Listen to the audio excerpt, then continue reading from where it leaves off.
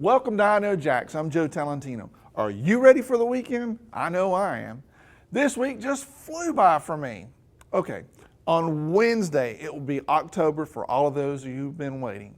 So it is pumpkin time, it's football time, and it's time for fall beers.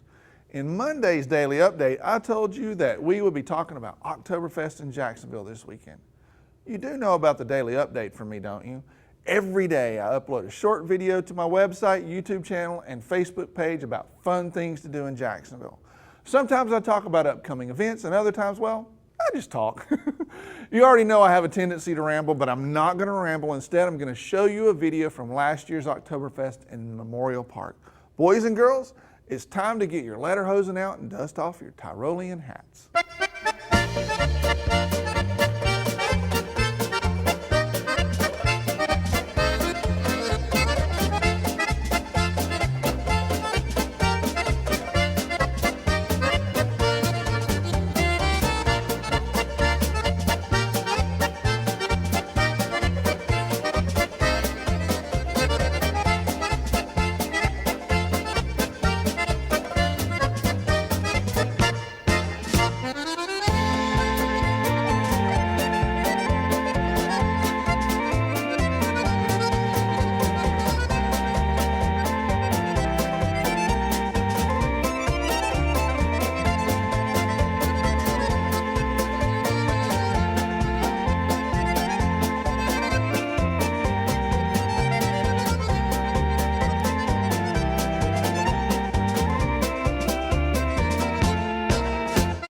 The Oktoberfest in Memorial Park is coming up on Saturday. I love Oktoberfests. Honestly, the whole thing, well, it's just silly. Oompa bands, funny looking outfits, pretzels and sauerkraut, but there's plenty of beer. But hey, why not? It's all in good fun. I can't wait for this year's Oktoberfest events. But you won't see me in lederhosen. I'm not up for that. I have another treat for you this week. Not that I think that watching me in lederhosen would be a treat. That's not at all what I'm saying. I just wanted to let you know that I have a treat for you this week. We have another giveaway, and I'll talk more about that later on in the show.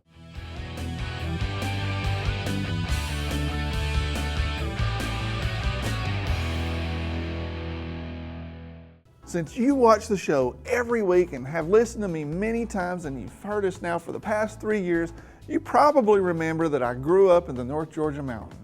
I love when the air gets cooler and the leaves change.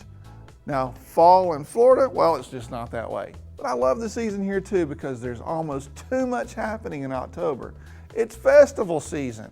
First up this week is, of course, the first Wednesday Art Walk. And this Wednesday, we're in for a real treat because the Art Walk is turning downtown into a big Oktoberfest party. There will be an Oompa band, keg tapping, and even a wiener race. But this is that weird one. It's not wiener dogs racing, but humans dressed as dogs, and I'm assuming hot dogs is what they'll be dressed as, not dachshunds, but who knows. I'm begging you, if you go, please share your photos with me because this sounds like the greatest photo op ever. I'm sorry to disappoint you, but I've already nixed the lederhosen, and this costume contest is completely out of my league. I will not compete, but I would like to go to the first Wednesday Art Walk on Wednesday, October 1st downtown. If you see me, come up and say hi.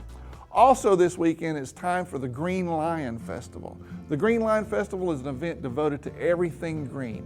Lots of great green organizations, and you can also get to taste a lot of great craft beer. If you're up for a short drive, visit St. Mary's, Georgia on Saturday for the Rock Shrimp Festival. Rock shrimp are delicious shrimp with hard shells, and they're actually serving rock shrimp dinners at the waterfront. There's also a steam locomotive coming to town. You can ride that train this weekend. Check out I Know Jax for more details. There is so much happening this weekend, I can't fit it all in here. There's the St. Augustine, they have the first Friday Art Walk. There's also the Dato Pepper Festival in St. Augustine, an Oktoberfest at Memorial Park, and Golf Festival at the World Golf Village. So make sure to visit iknowjax.com to read my post with the catchy title, Fun Things to Do in October, for more ideas for the whole month.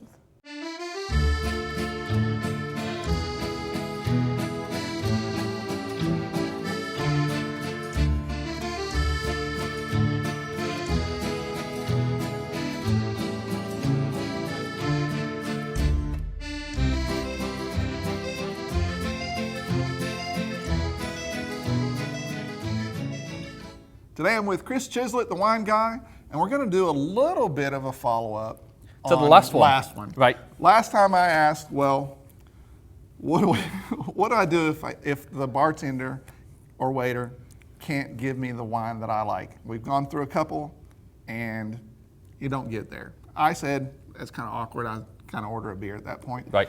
But now, what if I brought my own bottle? Is Yeah. that like kosher?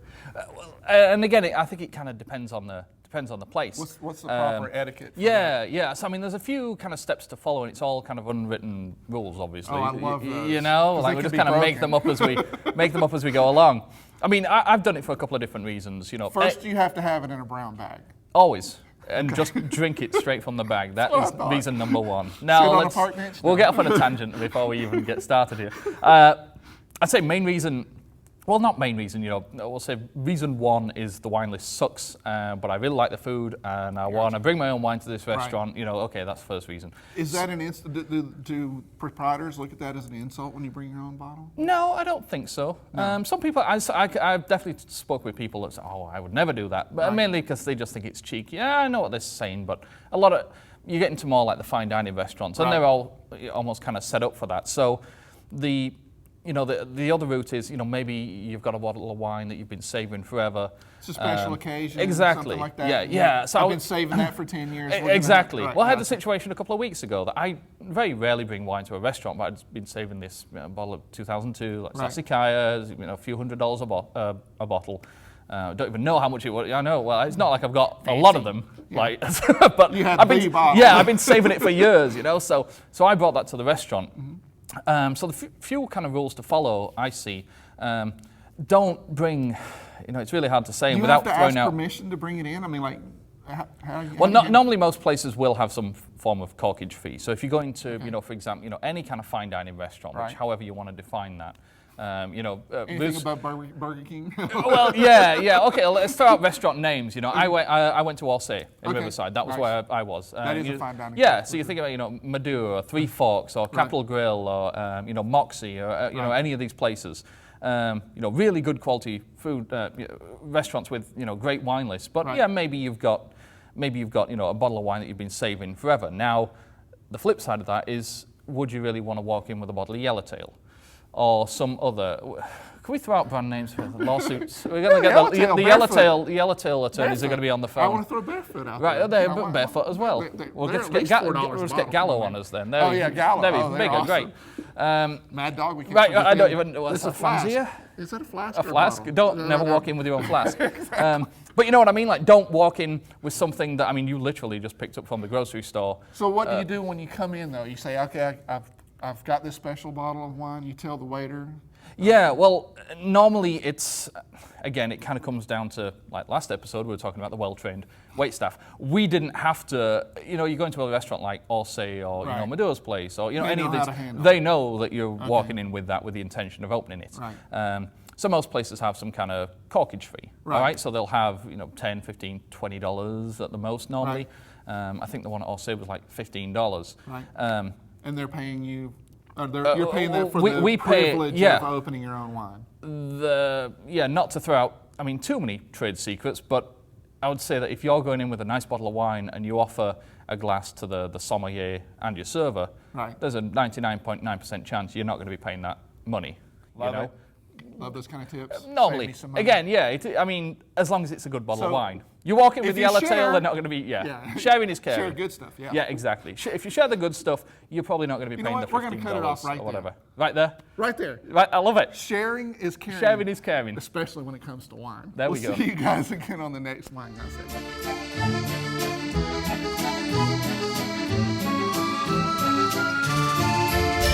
Okay, the Jacksonville Jaguars. I know, right? All I can say is it's a good thing that the season is long. The season really just got started, so there's no need to hit the panic button just yet. That's my very unprofessional take on the whole thing. Football players in general look like pretty serious guys, not only because many of them are really big dudes, but even big guys have fears. It's kind of hard to believe, but they really do. Richard talked to a few players about things they are scared of, and some of the answers are, well, pretty surprising.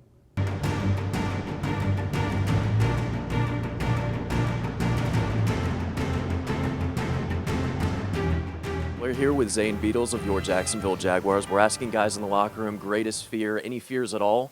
Do you have any? I'd probably have to say my greatest fear is the ocean.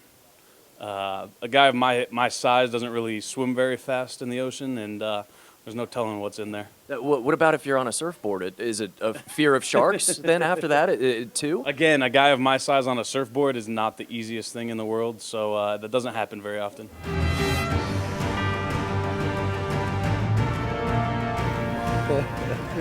That's a good question. Yeah, I'm afraid of heights. I say that. I don't like to be on tall buildings or nothing like that. So, big fear of mine is heights. So you're like me. I mean, I go to the Empire State Building, and I'm 25, 30 feet away from the edge. I'm not getting anywhere close, or if I'm outside, I don't want to go over 5 or 6 stories. Yeah, that sounds just like me. Yeah. I'll be the same. That'll be the reaction you'll get from me as well.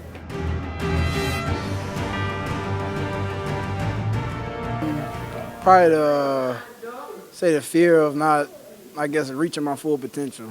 I always strive, like my whole life, to reach my full potential, and I think that would be my greatest fear, not to complete that. Tune in for next week's installment of I Know Jags, and check out my show Miller on Sports every Tuesday night, 8 until 10 p.m. on 1010XL and 92.5 FM.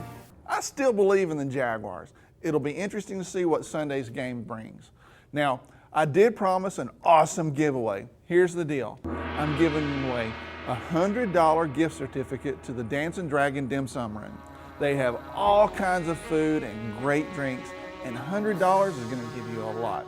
Now, as usual, here's the deal. Visit iknowjax.com/giveaway for all the details. Once you submit your entry, you'll be emailed a confirmation email, and you need to click on that link to confirm your entry. That's really important. Once you've done that, you're in. You have your lottery ticket, so to speak. Now, if you share with your friends, you'll get more chances to win.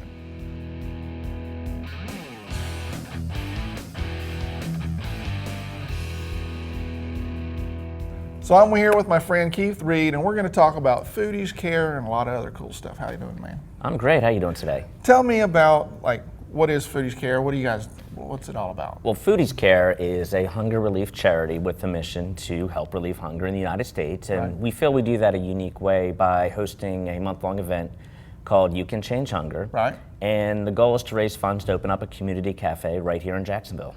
So for the people who don't know what a community cafe, explain what that is and what's the concept behind the whole thing.